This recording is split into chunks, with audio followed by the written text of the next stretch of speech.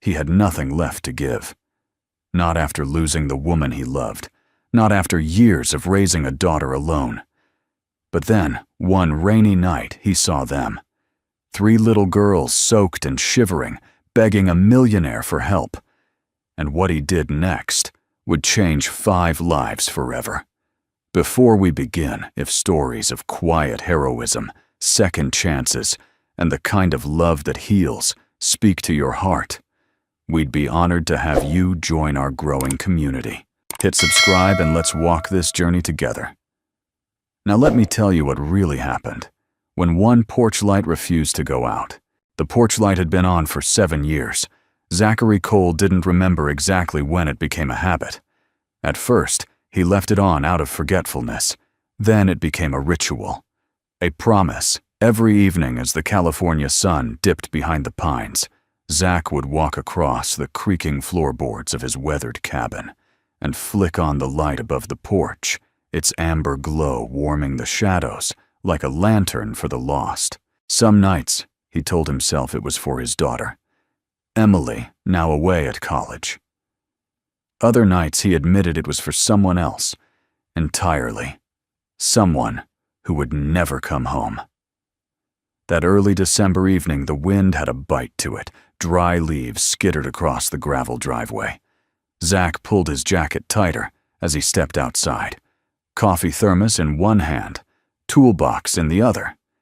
He had a late call to fix a pipe burst 2 miles down the road. Money had been tight lately, and the old plumbing jobs, no matter how cold or inconvenient, kept his lights on, figuratively and literally. As he passed the front gate, he heard it, crying. Not loud, not desperate, just soft, fragile, the kind of sound that only someone who's known silence well could recognize. Zach stopped, turned, and that's when he saw them. 3 little girls about 6 years old, bundled in mismatched sweaters and hats, their small figures barely visible in the dusk. They stood outside the stone gates of the Ridgemont estate, one of the wealthiest homes in the region. Clutched in one girl's hand was a folded letter. They were staring up at the security camera, then back at the closed gate, then toward the sleek black car pulling away. Zach watched, stunned, as the driver's tinted window rolled up without pause. The girls didn't chase after it. They just stood there. Quiet still, his boots crunched across the gravel as he approached them.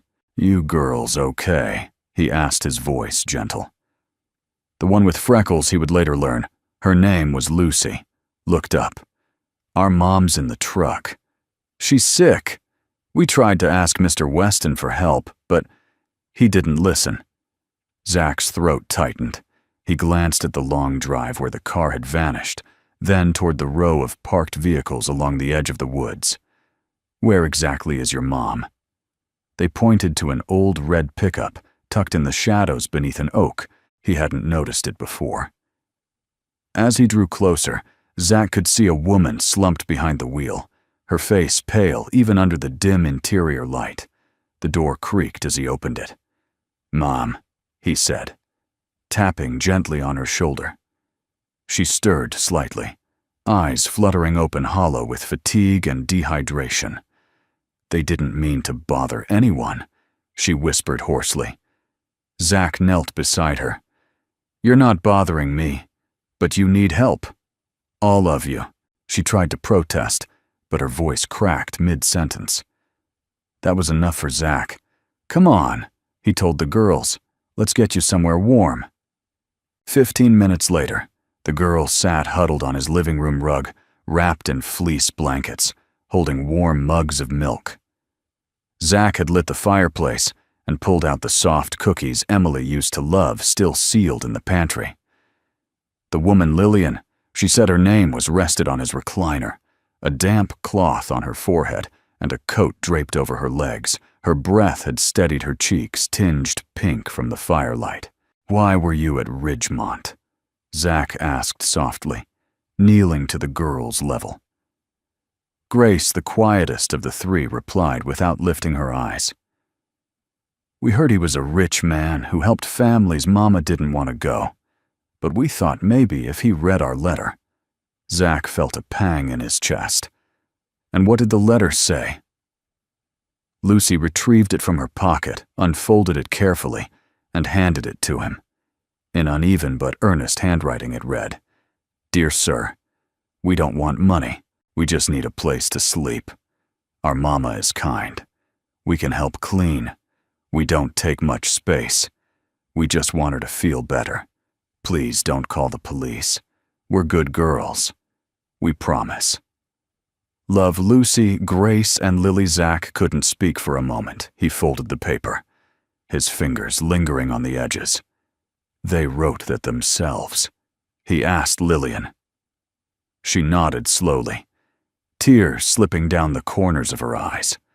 "I didn't know. Until we got there, I would have never humiliated us like that. I was a teacher. I used to have a job, a home. Then everything fell apart." Zach sat back watching the flames dance. He understood more than he let on. Years ago, he'd been the one in that truck, watching his wife fade in a hospital room, listening to monitors beep their last, holding a baby born too soon, and afterward, coming home to a house filled with quiet that echoed like grief. The porch light had stayed on since that night as the girls drifted to sleep, curled together on the couch, and Lillian whispered a choked, "Thank you." From the recliner, Zach stepped back outside. Snowflakes had started to fall thin and silent, covering the porch in a silver dust. He looked up at the porch, light still glowing, and for the first time in years he realized maybe it hadn't just been waiting for someone. Maybe it had been guiding them home. Morning came slow and gray. A soft rain tapped against the cabin's tin roof, steady and rhythmic, like a lullaby, meant for a house that hadn't known rest in years. Zachary Cole stood at the kitchen window, nursing a cup of coffee that had long gone cold. His eyes watched the tree line, but his mind lingered on the 3 little girls still sleeping on his couch and the woman resting quietly in his recliner. He had no idea what he was doing. Hosting strangers overnight wasn't like him. He liked his routines, his solitude. But last night had cracked something open. It wasn't just their desperation that pulled at him. It was their silence. The way they didn't complain, didn't cry for toys or cartoons.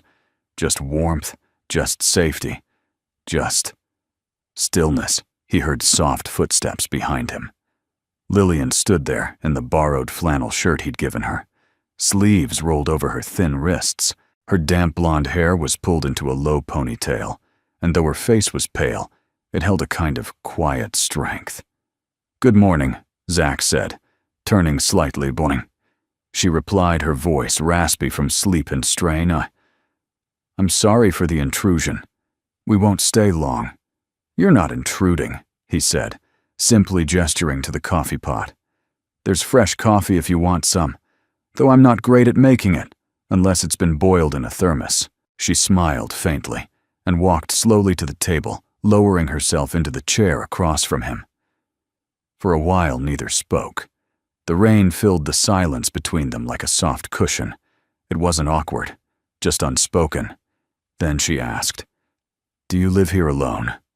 Zach nodded. "Since my daughter went off to college last year. Emily. She's 21 now.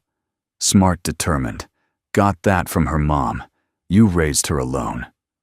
"Not by choice," he said, his voice lowering. "My wife Caroline. She passed away after complications during childbirth. Emily made it. The baby boy didn't." Lillian bowed her head slightly. "I'm sorry," he offered a thin smile. "It was a long time ago, but there are some things time doesn't ask permission to keep around." She nodded slowly, her fingers wrapped around the warm mug. "I was married too. David, he was a contractor. We had plans. Big ones. A house we were building together. He died in a crane accident 6 months before the girls were born." Zach looked up, surprised. "And you raised triplets alone?" "At first with help. His parents, they were never fond of me. After he passed, they offered support, but always with conditions.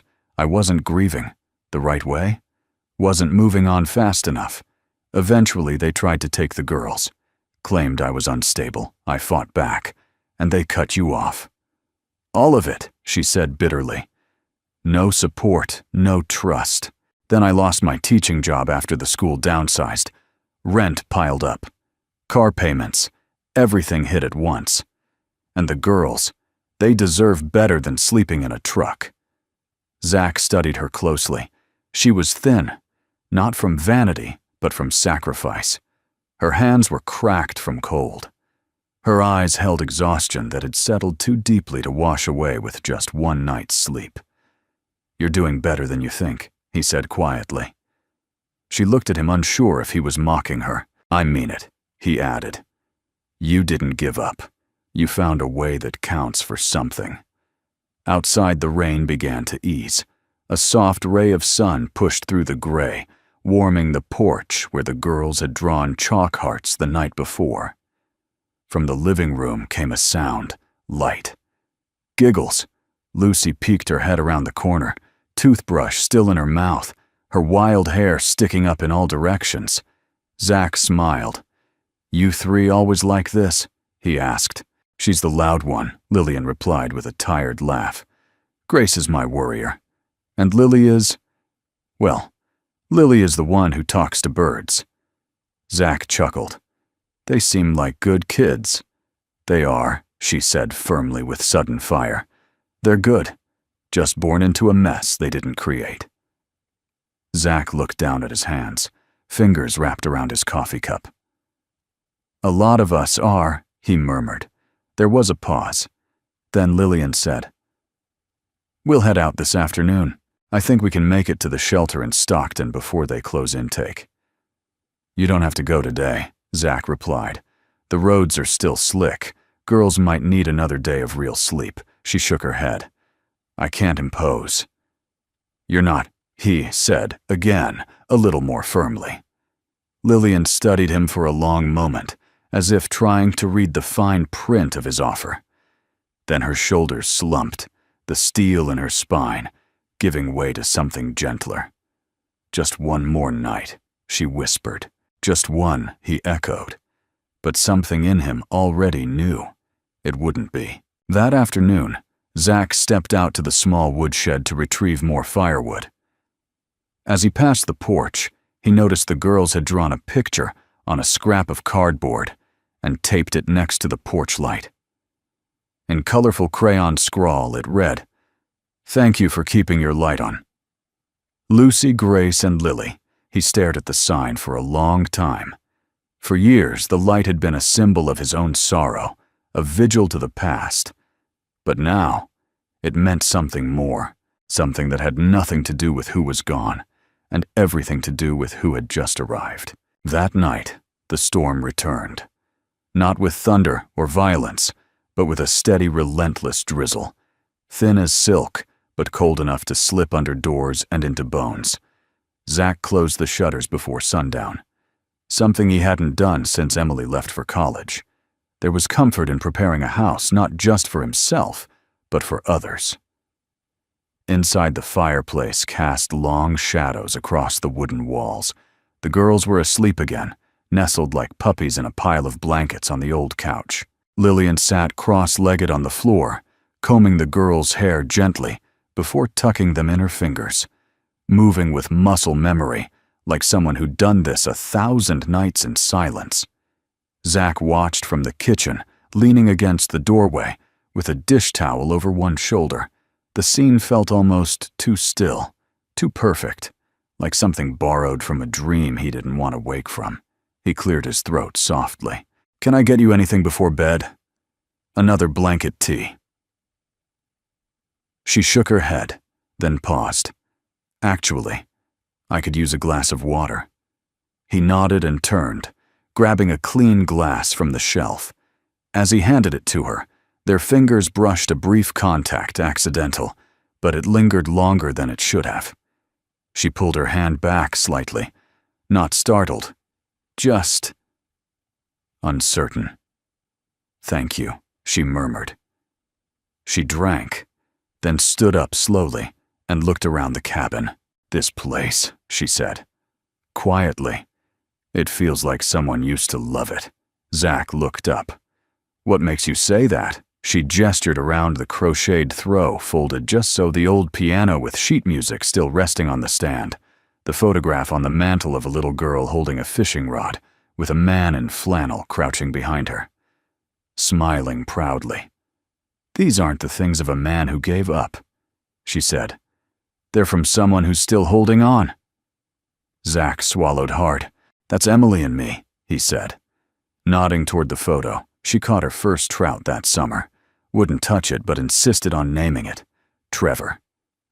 Lillian smiled. He hesitated, then walked to a narrow closet beside the fireplace. From it, he retrieved a small wooden box and opened it carefully. Inside, folded neatly, was a baby blanket, soft pale blue, fraying at the edges, and beside it, a tiny hospital bracelet. "I don't show this to many people," he said, voice low, raw. Lillian moved closer, instinctively.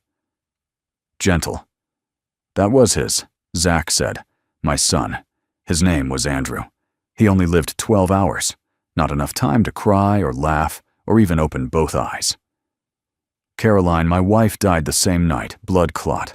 It all happened so fast it didn't feel real until the nurse handed me this blanket." Lillian's eyes welled with tears. She said nothing, just sat down beside him on the hearth, close enough that their knees touched. "I kept the porch light on for years." He continued, "I told myself it was for Emily when she stayed late at school. Or for delivery, folks who never came. But really, it was for them. Like, maybe if I kept it lit, they weren't really gone." A silence settled over them. Not awkward, but sacred. Then Lillian very softly said, "I had something like that too." She reached into her coat and pulled out a crumpled envelope. From it, she took out a small black and white ultrasound photo edges, worn corners bent. "I used to carry this when I went to interviews," she said. "It reminded me why I couldn't give up, even when no one called back. Even when we slept in parking lots, I looked at this, and I remembered they're not a burden. They're the reason." Zach looked at the photo. 3 tiny forms, almost indistinguishable, curled side by side in the womb. "You did all that for them," he whispered. "I'd do it again," she replied. 1,000 times. "But I'm tired, Zach. I'm so tired of being strong just to survive." He nodded slowly. Maybe it's time someone else helped carry the weight." She turned to him, eyes wide with something close to fear, or maybe hope. "Why are you doing this? Why us?" He thought for a moment, staring into the fire. Then he said, "Because once someone helped me. Back when I didn't think I had anything left. An old neighbor. Miss Clara, she brought me soup the day after the funeral. Didn't say much, just sat with me. She said, 'Zachary, when the house is dark, leave a light on.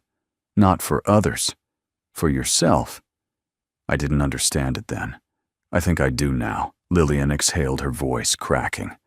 "And what if the light doesn't bring anything back?" "Then maybe," Zach said gently, "it brings something new." She looked down at her hands, then back up at him, and for the first time since arriving, her face softened. Not out of exhaustion, but out of relief. That night, Lillian slept in Emily's old room, tucked under a quilt with blue stars. Zach lay awake longer than usual, staring at the ceiling, listening to the gentle hum of a house no longer hollow. In the hallway outside his door, the girls had lined up their shoes neatly. 3 little pairs side by side, soaked from yesterday's rain, but already starting to dry. And as the wind howled softly outside, Zach smiled to himself. The shadows in the hallway didn't feel so empty anymore. The next morning brought a softness Zach hadn't felt in years. No alarms, no rush, just the smell of pancakes on a cast-iron skillet, and the quiet, fluttering giggles of 3 little girls trying to whisper, but failing delightfully. He stood at the edge of the kitchen doorway, watching as Lucy balanced precariously on a wooden step stool, flipping pancakes with more confidence than coordination. Grace was setting the table with unmatched dishes, arranging the forks like little soldiers. Lily. She was busy humming to the cat that had wandered in from the woods sometime during the night and now claimed the hearth as its throne. Lillian glanced over her shoulder and caught his eye. "They wanted to make breakfast," she said. Lips curled into a weary smile. "I figured as long as the house doesn't catch fire, I'd let them." Zach laughed. It was short, rusty, but well, it smells like success. She handed him a mug of coffee, black hot strong. He took it with a grateful nod, and for a moment, they stood shoulder to shoulder in the quiet buzz of morning. After breakfast, the rain lifted, and the sun peeked through the thinning clouds. A low fog still curled through the trees, but the air carried the fresh scent of pine and wet earth. The girls raced outside to the porch, with sidewalk chalk in hand, determined to create what they called the welcome mat of dreams. Zach and Lillian sat on the porch swing, watching the girls draw hearts. Suns, birds, and oddly muscular unicorns across the wood. "You know," Lillian said, sipping her coffee. "It's been almost a year since they've had more than 2 nights in the same place." Zach turned toward her. "They don't seem scared." "They've learned to bloom in cracks," she said quietly. "I used to think stability was a house, a steady paycheck, groceries that didn't come from a donation box. But the girls, they remind me it's not about what you have. It's about where love lives." Zach looked down at the mug in his hands. The porch swing creaked beneath them, a gentle rhythm that felt oddly comforting. "Emily used to sit right here," he said. On Saturdays, she'd eat peanut butter, toast, and draw pictures of the trees. I still have one of them taped to the back of the kitchen cabinet. Lillian smiled. "You must miss her every day," he said. "But in the good way now.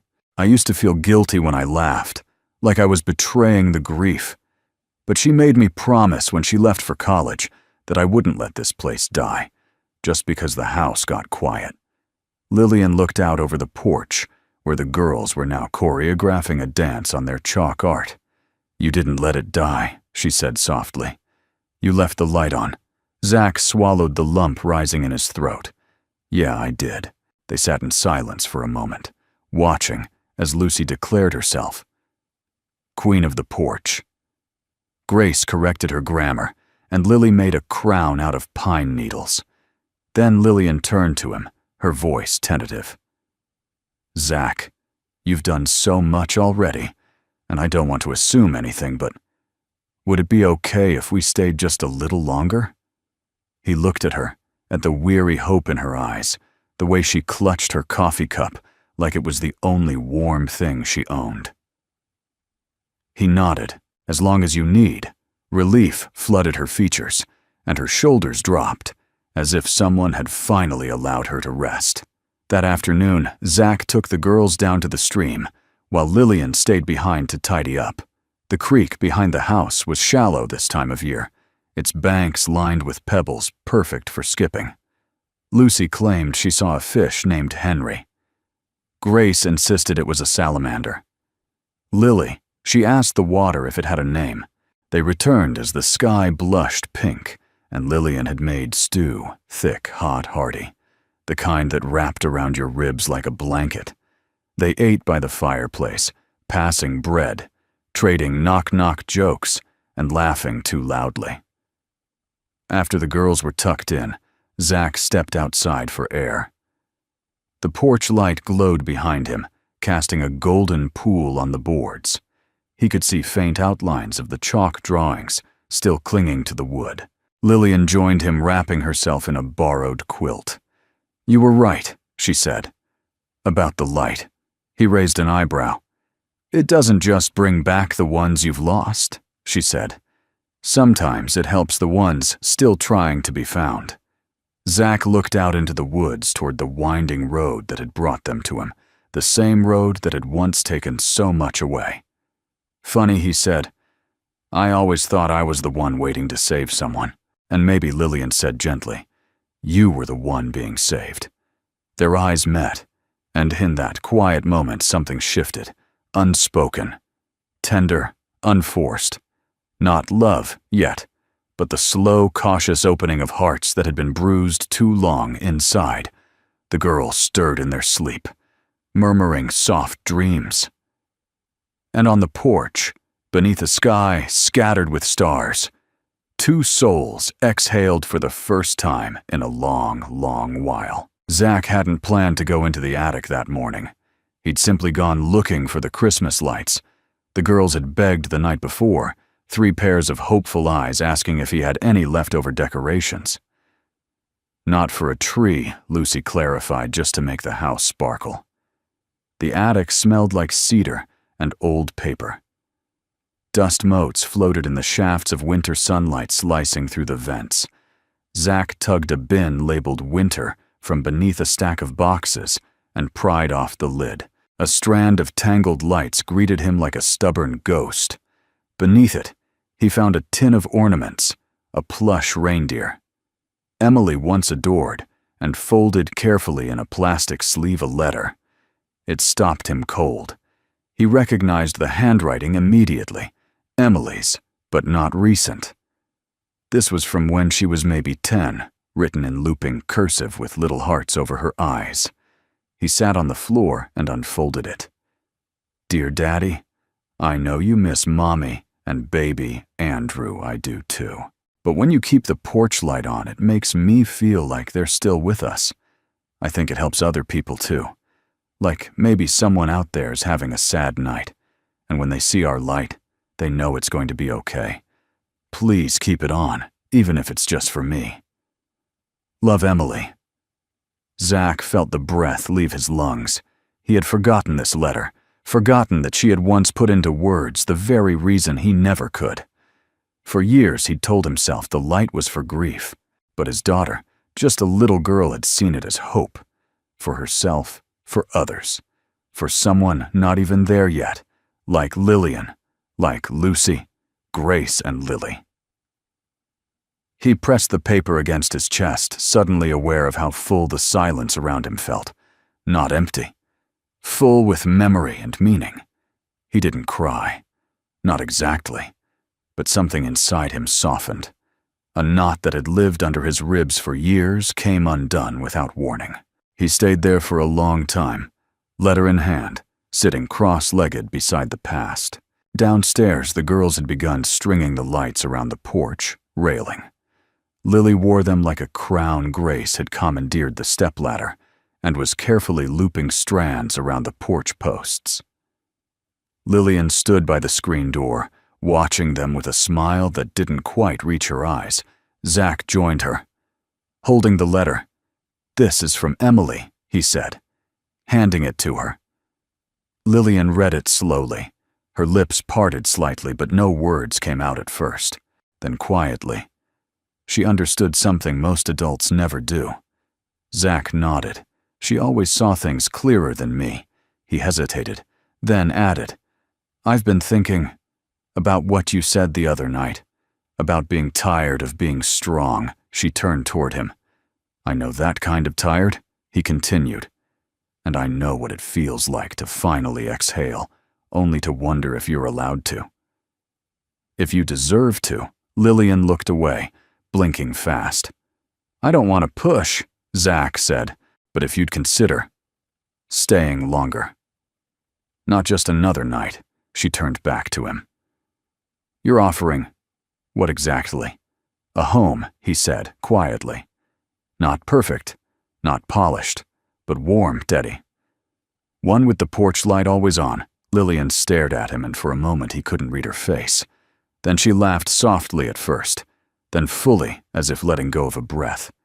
She didn't know she was holding. You really don't know what you're signing up for, she said, wiping a tear. 3 tiny whirlwinds with crayons, and their mother who talks back to raccoons when she's frustrated. I think I've got a sense." Her eyes searched his. "Why now? Because Emily's light didn't just save me," he said. "It brought you here. And if that's not a sign to say yes to life again, I don't know what is." That evening, they lit the porch with every bulb the girls could manage to plug in. The house looked like it had borrowed magic from a Christmas card. People driving by slowed down to stare. The laughter inside spilled out the open windows, carried by the night breeze. After dinner, the girls huddled by the fireplace, listening as Zach read them a story from an old book of fairy tales. Lillian sat nearby watching him, not the way someone watches a stranger, but the way someone watches the beginning of a new chapter. Later, when the girls were asleep, she approached him in the kitchen. "I want to stay," she said softly. "But not as a guest." Zach turned to her. "Then stay as family." She didn't answer right away. Instead, she stepped forward, placing the ultrasound photo she'd carried all this time into the crack of the fridge door right next to the photo of Emily with her fishing rod. Then she whispered, "We're home." The knock came just after noon. Zach was in the workshop, sanding the edge of a toy box he was building with Lucy and Grace. The girls had begged for a place to store their books and stuffed animals, so the cat doesn't think everything belongs to him, Lucy had said. Matter-of-factly, he looked up at the sound of the knock, slow but firm. Not a neighbor's knock, not a child's, something practiced. Official. Lillian opened the door just as Zach entered the house, wiping sawdust from his hands. A woman stood there, wearing a long, dark coat and a laminated badge clipped to her scarf. She held a manila folder in one hand and a pen in the other. Her eyes scanned the room quickly, pausing on the children's drawings taped to the walls and the row of little shoes by the entry. "Good afternoon," she said, politely but coolly. "I'm Marie Thompson. I'm with County Child Services." Zach felt his stomach tighten. Lillian's voice was barely audible. "Did someone call you Marie?" Nodded. "Yes, ma'am. We received a report about a family with young children living in a vehicle near Ridgeview Drive. I'm here for a wellness check." Zach stepped forward. "They're not living in a vehicle anymore. They've been staying here." Marie looked at him. "And you are?" "Zachary Cole, homeowner." She made a note on her clipboard. "Are you related to Ms. Martin or the children?" "No," Zach said calmly, "but they're under my roof, my food, my care. They're safe here." Marie didn't respond right away. She stepped inside her professional eyes, scanning everything, measuring not just the physical space, but the tone of the room, the feel of the air. The girls peeked out from the hallway, sensing something had changed. Grace gripped Lily's hand tightly. "Hi there," Marie said, offering a practiced smile. "What are your names?" Lillian moved toward them, protective. "They're not in any danger, I believe you," Marie said evenly. "But I need to verify that. May I speak to the children privately for just a few minutes?" Zach saw the hesitation in Lillian's eyes. She looked to him uncertain. He gave her a small nod. "It's okay," he said softly. The girls followed Marie into the living room. She crouched to their level, asking simple questions. What were their names? Did they feel safe? Did they have warm food? Were there any times when they felt scared? Zach watched from the kitchen, hands clenched at his sides. After 10 minutes, Marie stood and walked back over. "The girls are bright, well-fed. They seem comfortable and secure." "That's good." Lillian exhaled, but too soon. However, Marie continued. "Because they are not in your legal custody, and you are not a licensed foster home, we can't simply overlook the situation. I will need to file a temporary intervention order." Zach's jaw tightened. What does that mean exactly? It means, she said carefully, that if Miss Martin cannot demonstrate stable housing and income, the children may need to be placed in protective care until such time as she can. No, Lillian breathed. Her voice cracked. You don't understand. We just got here. I'm not here to remove them today, Marie said. But a hearing will be scheduled. You'll need to come prepared. Documentation statements, support if you have it. Zach stepped forward. Then I'll provide it. I'll stand with her. Marie raised an eyebrow. You're not married. You're not related. I'm something better, Zach said calmly. I'm present. I'm committed, and I won't let them go back to sleeping in a truck. Marie studied him for a long beat. Then she closed her folder. I believe you're both trying to do what's best, she said. But the system has its rules. With that, she handed Lillian a card and stepped out into the gray afternoon, her boots clicking on the porch. The door clicked shut behind her. Lillian dropped onto the couch like someone had knocked the wind out of her. I should have known, she whispered. I should have never let them write that letter. We drew attention. We asked for help. And now, Zach crouched in front of her. You asked for hope, and hope always makes noise. She looked at him, tears clinging to her lashes. What if I lose them? Zach, what if someone who's never even met them gets to decide where they sleep? He took her hands. Then we fight. That night, after the girls had gone to sleep, Zach pulled out a notepad and began drafting a letter, an official statement of support, notarized if needed, detailing everything.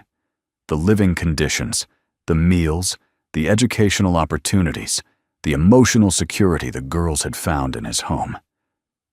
Lillian sat beside him, helping fill in the gaps, listing past employers, contacting an old principal who still remembered her warmth as a teacher. By midnight, they had built more than a defense. They had built a case for something deeper, a family forged, not by blood or law, but by choice. Before heading to bed, Lillian paused by the porch, staring out at the darkened trees. Zach joined her. She could come back tomorrow, Lillian said. With someone else, with papers. She might, Zach said, but so will we, with names, with stories, with people who know these girls aren't just numbers in a file. She turned toward him. You don't have to do this, I do, he said simply, because someone left their light on for me once. Now it's my turn. The storm hit just before dawn. Not the gentle kind that whispers across shingles, but a full-throated roar, wind slamming into the house like a fist rain, lashing sideways. Trees groaning in protest. Zach woke to the sound of something shattering. He was down the stairs in seconds. A branch the size of a child had come crashing through the window above the dining table. Glass glittered across the floor like frozen rain. Curtains flapped in the wind. Rainwater pooled beneath the wooden chairs. Lillian appeared moments later, clutching Lily, who had woken crying from the noise. Lucy and Grace followed, wide-eyed and silent, each holding a blanket like armor. Zach turned to them, voice calm but firm. Everyone okay? Lillian nodded. Just scared. Go sit by the fireplace. He said, I'll take care of this. As they moved into the living room, Zach fetched plywood from the shed. By the time he returned, rain had begun to soak the floor. He worked quickly, sealing the opening with practiced hands. The house groaned, but the worst of the wind seemed to pass. When he finally sat down, soaked, scraped, and breathless, he found the girls huddled under a quilt on the couch, watching him like a storybook hero, Grace whispered. Is the house broken? Zach smiled tiredly. Just bruised, like people fixable. Lillian brought him a towel and a dry shirt. You okay? I've had worse mornings, he said, but I think the window won. They laughed softly together. Even in the mess, it felt like something stronger than the storm had taken root. The cleanup took most of the day. The girls turned it into an adventure, mopping puddles with old towels, collecting broken glass, like treasure to be handled with caution. Zach turned the plywood panel into a makeshift chalkboard and let the girls draw a recovery mural on it. Suns, flowers, stick figures holding hands beneath a giant umbrella. As he worked, Zach felt something unfamiliar but welcome moving through the house. Rhythm, a pulse, a strange, humble kind of joy. By evening, the house looked almost normal again. The fire crackled. The girls played a board game with Lillian, who had finally started laughing without checking herself. Zach stepped out to the porch to breathe. The storm had left behind a sky scrubbed clean, sharp stars over the pines and the smell of wet earth. The porch light glowed warm beside him. Then something unexpected, the crunch of tires on gravel. A beat-up red sedan pulled into the drive. An older woman stepped out, her coat fluttering in the breeze. Zach tensed until he saw the familiar shape of the thermos in her hand. "Miss Clara?" he asked, stepping forward. She smiled, her eyes shining. "Well, now I thought it was about time I came to see what you've been hiding in this house of yours." He hadn't seen her in nearly 3 years. After Caroline's funeral, she had checked in weekly, always with soup stories and no pressure. When Zach had withdrawn, she had respected the silence. But now she was here, and she didn't come empty-handed. "I heard about the girl and her little ones," she said, stepping up the porch steps like she still owned the place. "Neighbor down at the hardware store mentioned they'd seen you buying tiny boots and crayons." Zach laughed. "Small-town secrets don't stay secret long. I brought stew," she said. "Thought you might have a few mouths to feed." She stepped inside and paused as she took in the mural, the laughter, the smell of fresh bread. She whispered, "You got your life back." Lillian rose from the couch as Zach introduced them. The two women exchanged a handshake that turned into something warmer, a quiet, mutual understanding. Over dinner, Miss Clara entertained the girls with stories about young Zach, including one where he'd gotten stuck in a tire swing and had to be cut out by the fire department. Lillian leaned close and whispered, "Is that true?" Zach groaned. Never trust a woman with a thermos and a memory. When the girls finally went to bed, Miss Clara sat beside the fireplace, eyes soft with something between pride and relief. "You've done good." "Zach," she said, "I always knew you would. But this is more than good." He nodded. "I think I needed them more than they needed me." "That's how it works," she said. "The ones we take in end up healing us too." She stood, kissed his cheek, and said before leaving, "Don't let that light go out. Not ever again." Later that night, Zach walked through the quiet house. The patched window still held the girls' drawings. In the hallway, the tiny shoes were lined up again, muddy, worn, real.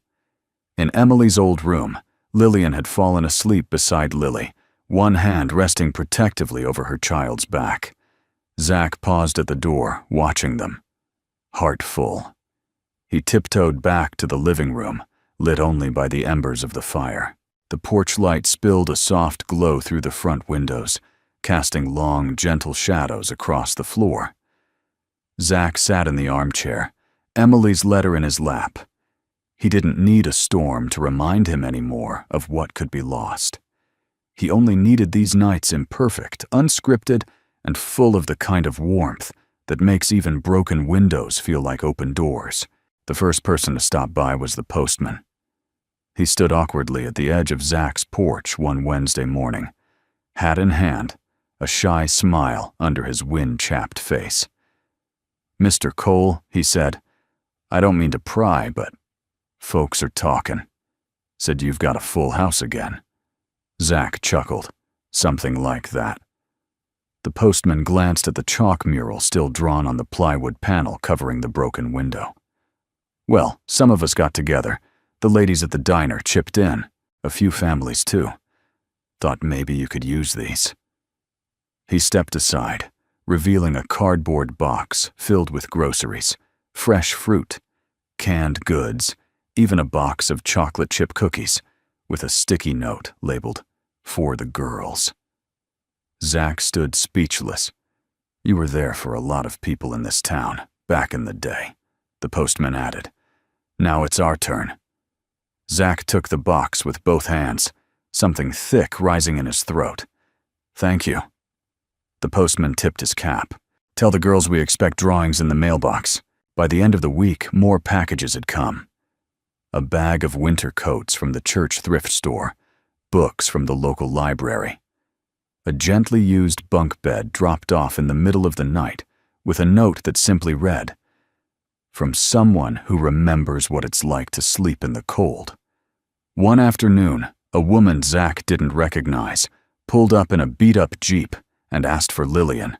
When Lillian stepped outside, she froze. "Mrs. Klein," she whispered. The woman nodded. "You taught my son in kindergarten. He used to come home with drawings of castles and say you told him he could be the king of anything he built." Lillian blinked Elliott's in high school. "Now," the woman said, smiling, "and he still keeps one of those drawings in his locker." She handed Lillian a thick envelope. "Some of us parents, we got together. We want you to apply to the community preschool." The old teacher retired. "We told them you're the heart they've been missing." Lillian's hands trembled as she accepted it. Zach watched from the porch, his chest tight with something that felt like pride, but deeper. Like witnessing someone remember who they were before life made them forget. That Saturday, the house was busier than it had ever been. Neighbors stopped by to help replace the window with proper glass. Miss Clara arrived with cinnamon rolls. The girls sold hot chocolate for 50 cents a cup, which no one had the heart to pay in full, resulting in a shoebox full of wrinkled bills and pocket change. At sunset, Zach stood beside the new window, watching the light spill across the floor again. Lillian joined him, dust on her jeans, flour on her cheek. "I forgot what this kind of tired feels like." She said, "The good kind. The kind that means something." She took his hand without needing to explain. That night, as the girls played cards on the living room rug, Lillian and Zach sat on the porch swing. Zach reached into his flannel shirt pocket and pulled out Emily's letter again. He handed it to Lillian without a word. She read it slowly, her fingers brushing the soft creases. She knew Lillian said. Even back then, she did. Lillian looked out into the trees. "Sometimes, I wonder what I'm teaching the girls. All the moving, the instability, the uncertainty. You're teaching them resilience," Zach said. "Grace under pressure, kindness in the face of hardship." She glanced sideways. "And you?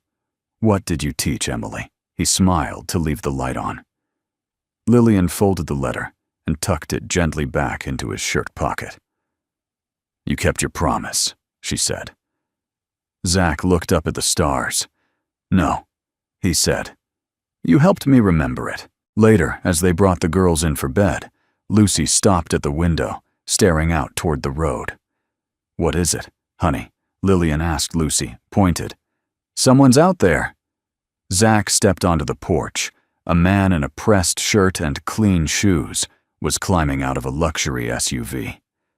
He looked completely out of place, polished corporate cold. Zach recognized him instantly. It was Weston, the millionaire. The girls had tried to approach weeks ago. He stepped forward, awkward and stiff. "I'm looking for Lillian." "Martin." Lillian appeared behind Zach, her posture tensing. "What do you want?" Weston cleared his throat. "I read the article, in the local paper, about your story. About Zach. About the girls. I didn't write it for you." She said, "I know." He replied. Shame, flickering behind his polished exterior. But it reminded me of something my mother. She used to say, "The measure of a man is how he treats those who have nothing to give him. He pulled out a check from his coat pocket and extended it. I want to make amends. Lillian didn't move. Zach stepped forward slowly and said, You had your chance. They were standing in front of you. Weston nodded, accepting the words. I failed that test. I'm trying not to fail this one. He laid the check gently on the porch railing. Then, without another word, he walked back to his SUV and drove into the night. Lillian looked at the check, but didn't reach for it. Zach turned to her. You don't have to take it, she shook her head. I might. For the girls. But not because we need saving, because we've already been saved. She looked up at him, by a town that remembers. By a man who never stopped leaving the light on. Spring arrived like a whisper.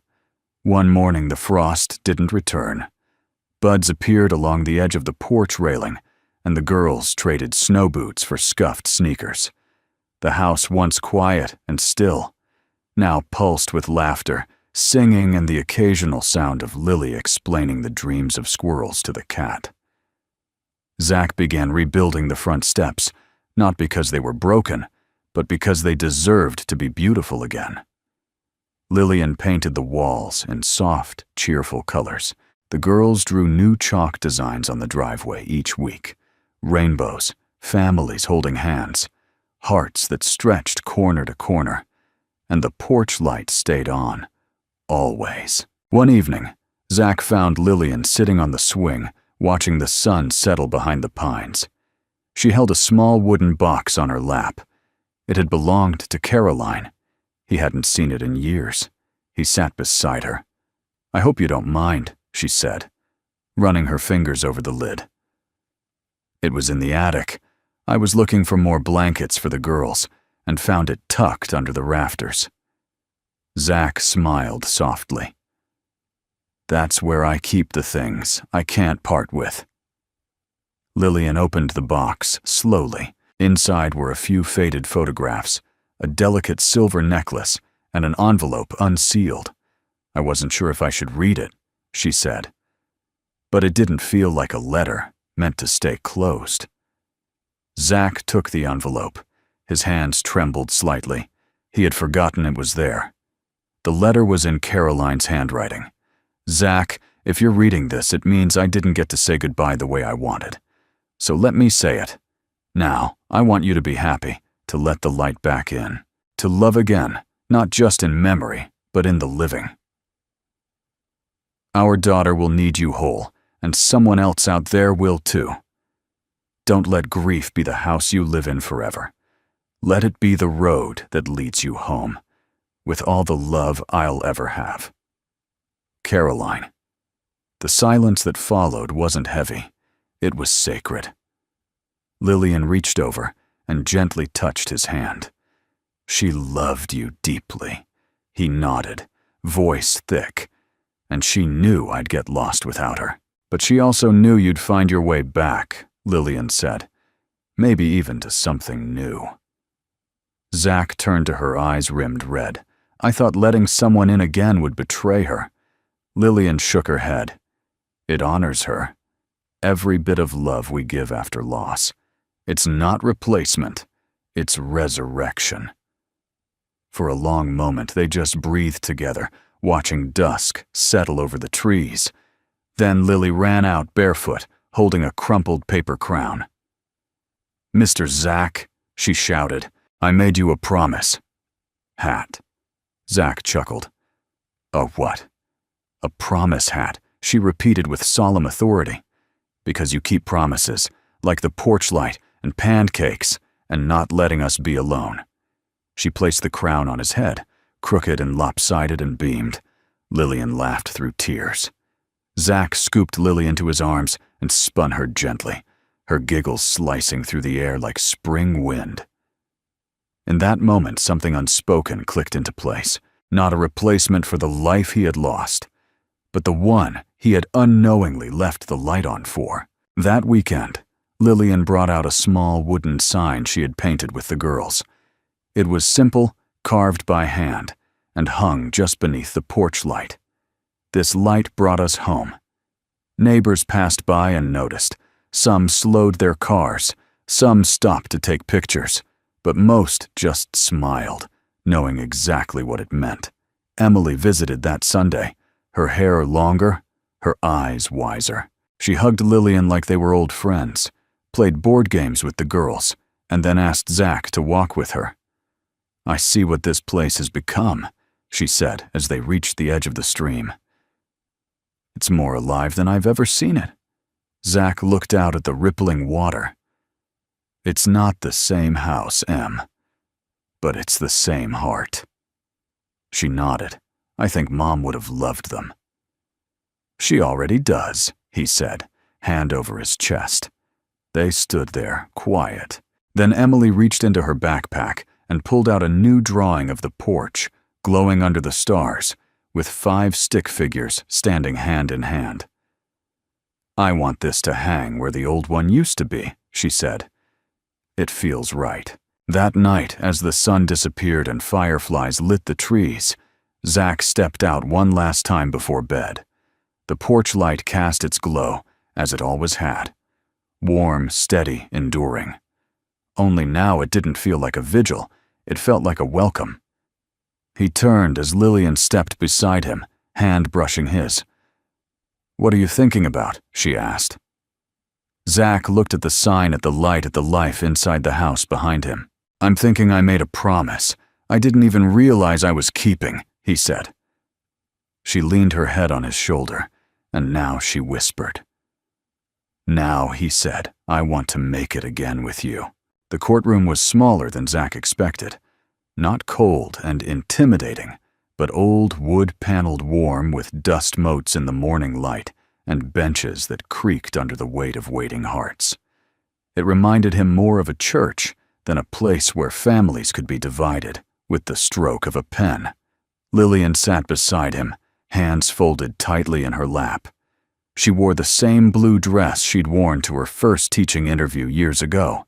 The girls sat quietly behind them, holding hands, their Sunday shoes swinging above the floor. Marie Thompson entered with a respectful nod, acknowledging their presence without judgment. She had changed since that first visit. Less guarded, more human, maybe even hopeful. The judge, a woman in her 60s with eyes like weathered stone, shuffled the papers before her. "Symbol Martin," she began. "You're seeking to retain full custody of your children while residing outside of formal shelter or familial supervision." Lillian stood. Her voice was clear but trembling. "Yes, Your Honor. We've been staying with Zachary Cole. He's provided housing, meals, stability, and more than that, he's given us a home." The judge glanced at Zach. "Mr. Cole, you're not a relative." "No, ma'am," he said, rising, "but I'd like to be." A soft stir rippled through the room. The judge raised an eyebrow. "Excuse me, I'd like to file a petition today," he continued, his voice strong, steady. "Not to take custody away from Lillian, but to join her. I'm requesting joint guardianship and intent to marry Lillian." Gasped. Grace clapped a hand over her mouth. The judge blinked. "That's highly unorthodox." Zach nodded.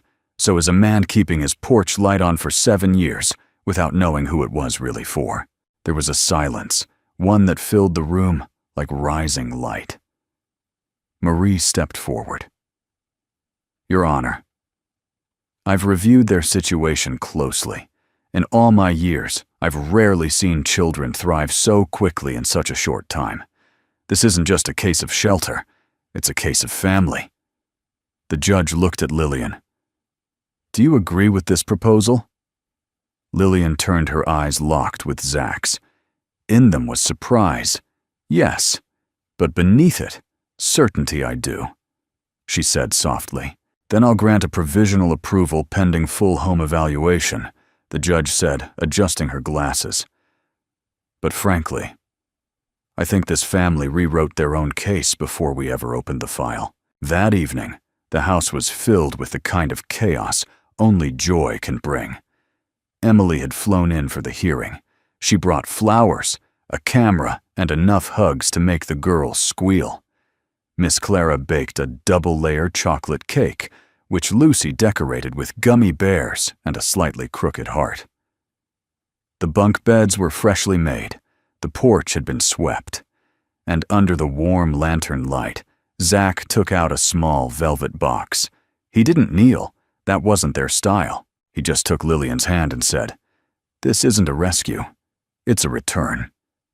Tears welled in her eyes. To what? To the life you were meant to have, with people who see you, need you, love you? He opened the box to reveal a simple gold band. No diamond, no flourish, just something true. Lillian smiled, her voice catching.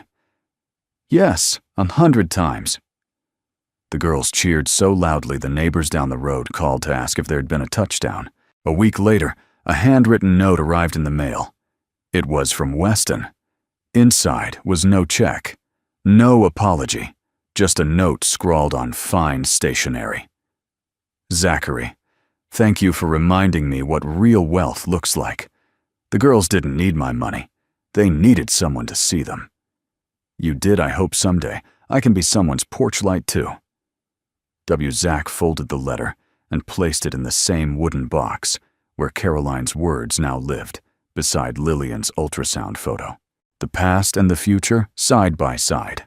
On the day of the adoption hearing, the girls wore matching dresses and carried paper flowers they'd made themselves. The judge asked each of them formally if they wanted Zach to be part of their family. Lucy nodded. "He makes pancakes with chocolate chips," Grace added. "He fixes broken things, even feelings." Lily looked solemn and whispered, "He talks to my dreams." The courtroom laughed. The judge signed the forms with a smile. Outside, under a bright blue sky, they posed for photos on the courthouse steps. Emily stood beside Lillian, arms wrapped around her. The girls huddled around Zach, who held up a sign Lily had made. "We got adopted and engaged on the same day." It wasn't traditional, it wasn't neat, but it was real. It was theirs. That night, as the sun dipped low, Zach returned to the porch alone for just a moment. He stared up at the porch light. Once it had been his memorial. Now it was their monument. He whispered, "Thank you to no one and to everyone. Caroline, Emily, the town, the stranger who had once needed a miracle and became one." Instead, behind him laughter swelled, and for the first time in years, Zach stepped inside without looking back. Because now, the light would always be on for someone, for all of them. Years later, the porch still glowed.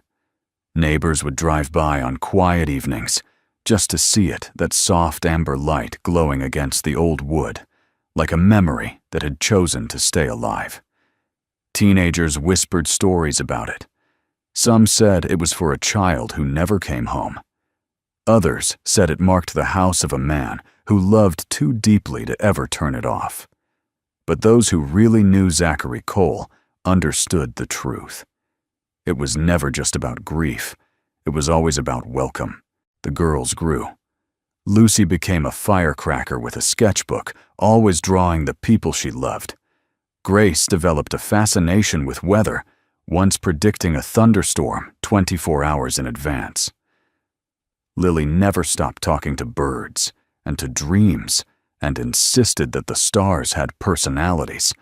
Lillian returned to teaching part-time, then full-time. Her classroom filled with light and music became the safest place in the district. She still brought home dried macaroni glued to paper and stories of children who reminded her of herself. Zach kept working with his hands, fixing things, building mending.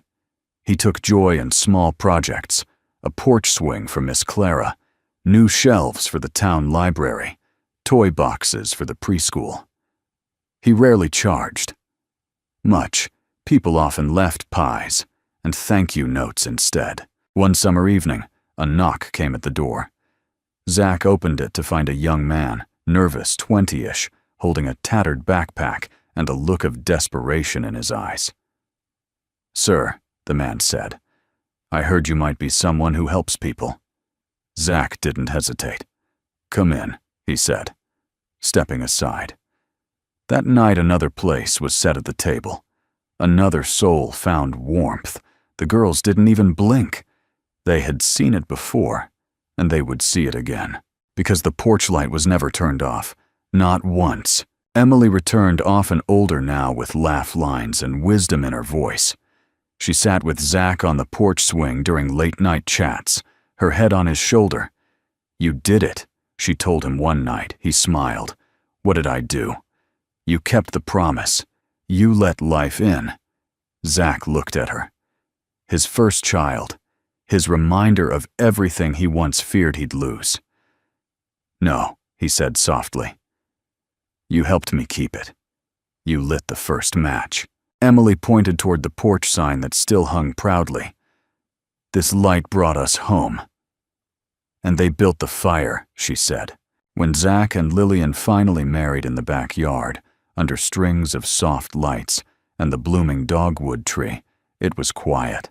No fanfare, just their family, some neighbors, and the cat, older, grumpier, but still loyal. Instead of vows, they each read from letters. They'd written. Zach's was simple. "You came in the rain, you stayed in the storm. You brought laughter back to a house built on silence. I promise to leave the light on. Not for ghosts, but for every living moment we have left." Lillian cried. "So did Miss Clara. So did Emily." Even Lucy had to wipe her glasses. Years passed. The porch. Wood aged. The flowers changed season to season. The swing creaked a little more, but the light never dimmed. Sometimes strangers still knocked. Sometimes the girls brought home friends who needed a warm meal and a place to cry. Sometimes people just came to sit on the steps on the bench near the fire pit drawn, not by need, but by the gentle hum of welcome this house seemed to emit. And Zach, he never stopped saying thank you, not just in words. In the way he stirred soup for someone who'd never had a real dinner. In the way he swept the porch at dawn so it would look its best. In the way he pressed Caroline's letter to his chest each Christmas morning before placing it back in the box, now filled with new memories and new beginnings. One morning, Lucy, now a teenager, found him on the porch, sitting still with his eyes closed, the sun warming his face. "Dad?" she asked. He opened one eye. She grinned. "You're not allowed to die looking that peaceful. It'll scare the neighbors." Zach laughed, pulling her into a hug. "Not going anywhere. Kiddo, just thinking about..." "What?" He looked at the light. "About how lucky I am," he said, "that the ones I lost helped me find all of you." Lucy leaned her head on his shoulder, just like Emily used to. And as the sun rose behind them, catching in the porch, lights lens and scattering across the old wood, Zach whispered the words he had never stopped believing. "The light's still on, and someone's always coming home." And so the porch light stayed on. Not as a memorial, but as a welcome. Because sometimes all it takes to change a life is someone who refuses to close the door. If this story touched your heart, even just a little, we'd love to know, where in the world are you watching from? Drop us a comment and share your thoughts. We read everyone with gratitude, and if you'd like to hear more stories about kindness, healing, and the quiet miracles that still happen every day, feel free to subscribe and stay with us on this journey. Thank you truly for spending your time here. From our porch to yours, we're sending warmth, light, and the reminder, you are never alone.